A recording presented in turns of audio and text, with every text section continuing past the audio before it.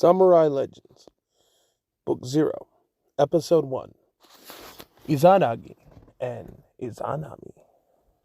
Izanagi, having been formed from Kodo Matsukami, began acclimating to having a physical body. He looked towards his female counterpart and said, "You are?" Izanami stared up at him and responded, "You are not me anymore."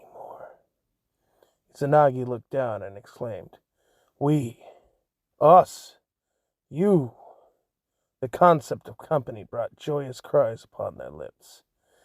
Izanami looked at his sword and proclaimed, "That tool of yours must be used to destroy." She looked at her bucket. "And I must be a creator." She dipped her hand inside the bucket carelessly and scooped up a handful of creation essence, an aqueous substance like that of water. She screamed in agony, as if the power of creation wasn't meant to be held, and the water fell to the earth. Without purpose, it quickly swallowed the world. Izanagi swung his sword, and the creation ceased. Izanami, ashamed, lowered her head to stare at her hand. "It hurts. Am I not strong enough to create something?" Izanagi cut his sleeve and tore it to 2 pieces. He used one to wrap her damaged hand, then tied the other to the end of his sword. He then dipped the blade into the bucket. Then he asked Izanami, "Will you place your hand on the sword?" Confused, she questioned his odd request. "Why?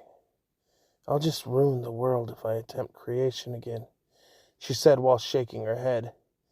He placed his hand on hers and replied, "Imagine we had a place to stand amongst the water, a world we created, a place of grand elegance. We can create it together. We created this universe. Now, together, we shall create this world. Our utopia." He placed her hand on the hilt together with his, and they pulled the sword from the bucket. A few drops from the tip of the blade hit the water, and from those minuscule droplets a mass of land started to rise.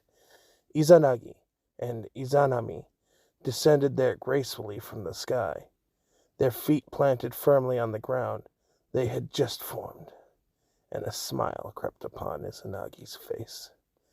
"See, together, we are strong enough to create." They spent many years sculpting the land, giving life to plants, making caves and rocks, mountains, trees, and so much more. At last, they crafted a palace in the sky from where they could view the world they had built. Izanami looked at the bucket and said, "There's still so much left for our utopia. I think it's time now." Izanagi smiled and responded, "Then let life begin."